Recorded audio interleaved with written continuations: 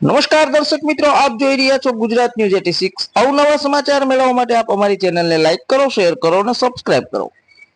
આણંદના ઓળ શહેરમાં વિવિધ વિસ્તારમાં સૌ રહેવાસીઓના સાથ સહકારથી આનંદ ઉલ્લાસપૂર્વક હોળી પર્વની ઉજવણી કરવામાં આવી। તારીખ 24/3/2024ના રોજ યુવાનો, વડીલો, મહિલાઓ, બાળકોએ આનંદ ઉલ્લાસપૂર્વક હોળી દહનમાં જોડાયા। શુભ મંગલ પ્રસંગે હોળીની પૂજા વિદ્વાન બ્રાહ્મણ મહારાજ દ્વારા વિધિસર પૂજા પ્રાર્થના કરાવીને હોળીને પ્રગટાવવામાં આવી।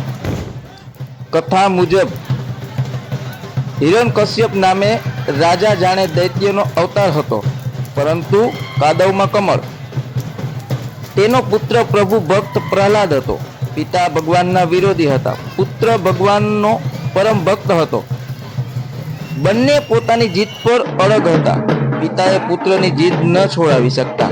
પ્રહલાદની હત્યા કર્યાના અનેક પ્રયાસો કર્યા, પરંતુ આ તો સાચો પ્રભુ ભક્ત।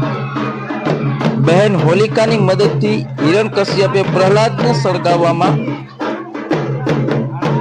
કર્યો પ્રયાસ, પરંતુ ઉલટું થયું। હોલિકા બળીને ભસ્મ થઈ ગઈ અને પ્રભુ ભક્ત પ્રહલાદ અગ્નિમાંથી હસતો હસતો બહાર આવ્યો। આ દિવસ ફાગણ સુદ પૂનમનો દિવસ હતો। ત્યારથી જ હિન્દુ રિવાજ મુજબ હોળી દહન તહેવાર ઉજવવામાં આવે છે। પ્રજાજનોએ મનાવ્યો આનંદનો ઉત્સવ, ખુશીથી એકબીજા ઉપર ઉડાડ્યા રંગ અને ગુલાલ।